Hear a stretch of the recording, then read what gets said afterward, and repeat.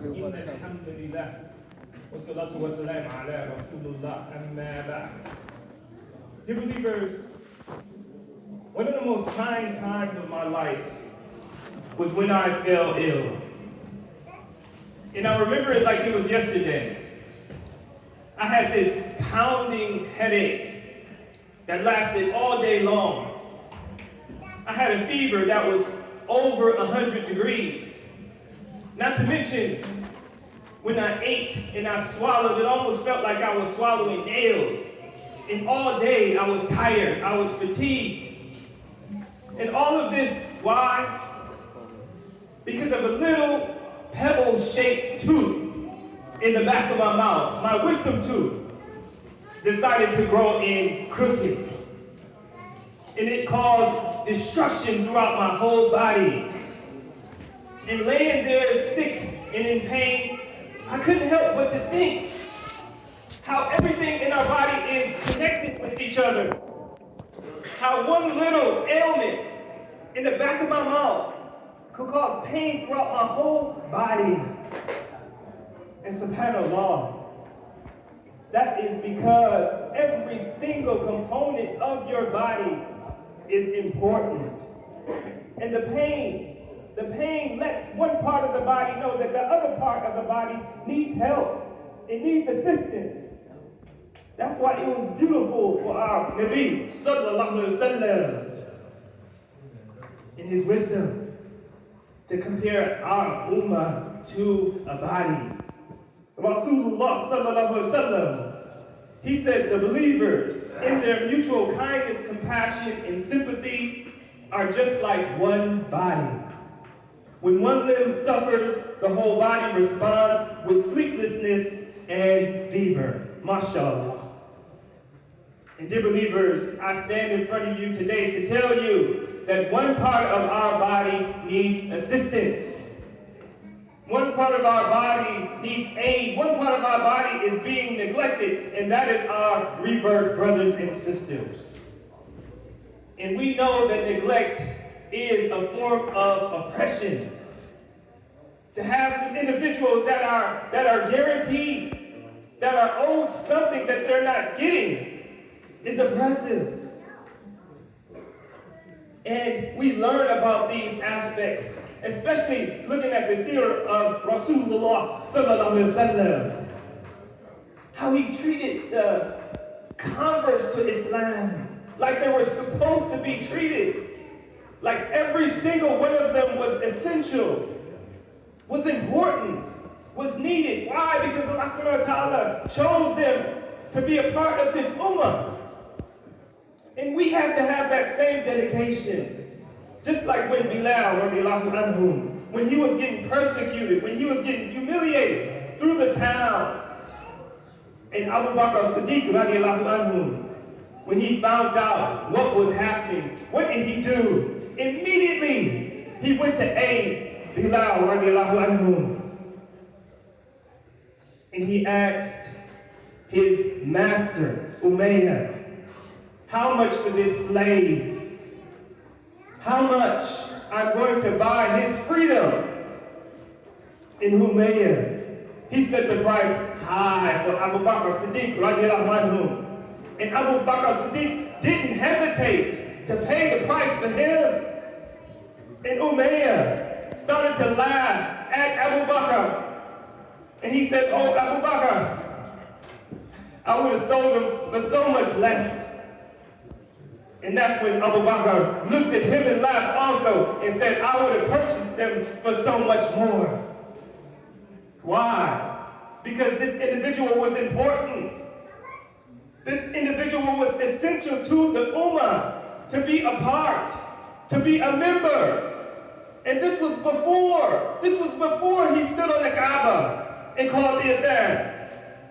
This was before all of the battles. When he was a great warrior, this was before his excellent companionship to our Nabi sallallahu alaihi wasallam. Before all of those things, he was essential and he was important to this ummah. Not to mention Rasulullah sallallahu alaihi wasallam, when he heard that Bilal radiallahu anhu was getting persecuted by Abu Bakr, he was called a racial slur. And when Rasulullah heard about this, when Bilal came and told him of this, he ran out the door immediately to defend him. Almost like he was called the racial slur himself. But you see the wisdom in this. He was called the racial slur himself. Why? Because of his brother. Because of his brother was being persecuted. Because of his brother was being insulted. Because of the rights of his brother were being taken. He jumped into action and he ran to the aid of Bilal radiallahu anhu. And this is what we need, dear believers. I was thinking about Bilal radiallahu anhu on Friday when a brother by the name of Dominique, he took his shahada in the mosque. MashaAllah. You should have saw this brother. He was so beautiful. The nur on his face. He was so happy. But you couldn't deny what else was on his face. 5 or 6 huge tattoos on his face, on his arms, on his neck, all over his body. I couldn't help but to look at him and think that he would suffer the same persecution, not from outside, from inside of the ummah, unfortunately. So who is going to be here for our brother when he faces this difficulty? Who is going to be there to pick the brother up, to tell them they're just cultural differences, your brothers, they actually love you, they just don't know you. That's why you probably walk into the mosque and they don't say anything to you. That's why. Who's going to be here for the brother when he needs counseling? Just in case he tries to get married and he asks one of the brothers for the hand of his daughter, and he has difficulty, who's going to be there for the brother? And that's what this organization, Embrace, is for. To be there for our revert brothers and sisters when they're going through this transition of transitioning into Islam. I thought about Abdul Sabur, our dear brother in Long Beach, who just magically appeared at an Embrace meeting. In every Embrace meeting, we ask the brothers if they never have been there before. We say, how long have you been Muslim? And where are you from? And where are you living right now? So the brother shared that he had been Muslim for over 30 years and he lived right there in Long Beach. So I said, SubhanAllah, my brother, you live in Long Beach? I never saw you before. He said, because I just got out. I was confined. I was in prison. And I just got out. So somebody asked the brother, how long were you locked up, Akhi? And he said, 20. Wow. 20. And I had to clarify. I said, my brother, you were locked up for 20 years? He said, yes, 20 years. And if you times that by 2, that's actually the number of years I was in prison. For the last 40 years of my life, I was behind bars.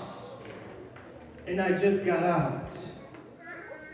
And honestly, Akhi, if this meeting wasn't here, if you brothers wasn't here to support me, I don't know what I would be doing.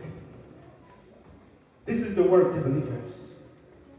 We need to have a system in place for our brothers. When they're going through trials and tribulation, dealing with the transition into this deen. And I always say this statistic, and I know you're sick of hearing this statistic, but I challenge you, every single time I come in front and speak, please make it so I don't have to keep repeating this statistic of 7 out of the 10 Muslims during the first year. 7 out of the 10 Muslims that convert to Islam leave Islam. We can't afford this, dear believers. We can't afford to have these gems leave our community. Brother Dominique, who converted to Islam on Friday, he's a gem. Brother Abdul Sabah, he's a gem. Before he has done anything, we can't afford to have these individuals lead our community. These individuals that are essential to the ummah, that are necessary, that we need these individuals. Brother Yusha, essential to the deen of Islam, to the community, to the ummah, before he became a worldwide speaker. Just because he converted, just because Allah subhanahu wa ta'ala had invited him. So dear believers, every 2 times a month we meet in the city of Long Beach. And we're there for our revert brothers and sisters. If they need a new Muslim kit, we have it for them. If they got evicted from their house, we will help them. If they need any Islamic attire or wardrobe or anything, or they just need someone to talk to, we are there for them. And we have a hot meal for them. And we encourage them to fast. And we have a halakha for them. And we're trying to make sure every masajid has one of these programs. Because we're not evil individuals, dear believers. We're not ones who just sit at the front and reject everybody who we've never seen before. That's not what we do. But we are human. And there needs to be some people in place to embrace the dear Muslims when they convert to Islam. So dear believers, it is incumbent that we all support this effort. That we don't leave this gathering right here before we support this effort. But before we donate $1, before we spend anything, before we pledge anything, the first thing we have to do is we have to care. We have to care what happens to these individuals. We should be thinking right now, what is going on with Brother Dominique? What happened when he went home and told his family that he converted to Islam? How was he embraced inside of his household? We must care when they walk out that door. And our concern will push us to action. So we ask Allah subhanahu wa ta'ala to bless us and protect us and to help us in our efforts. And I pray that Allah subhanahu wa ta'ala bless every single individual in here. And I pray that Allah subhanahu wa ta'ala continue to increase us and make us of those that are grateful to Him. Assalamu alaikum wa rahmatullahi wa barakatuh.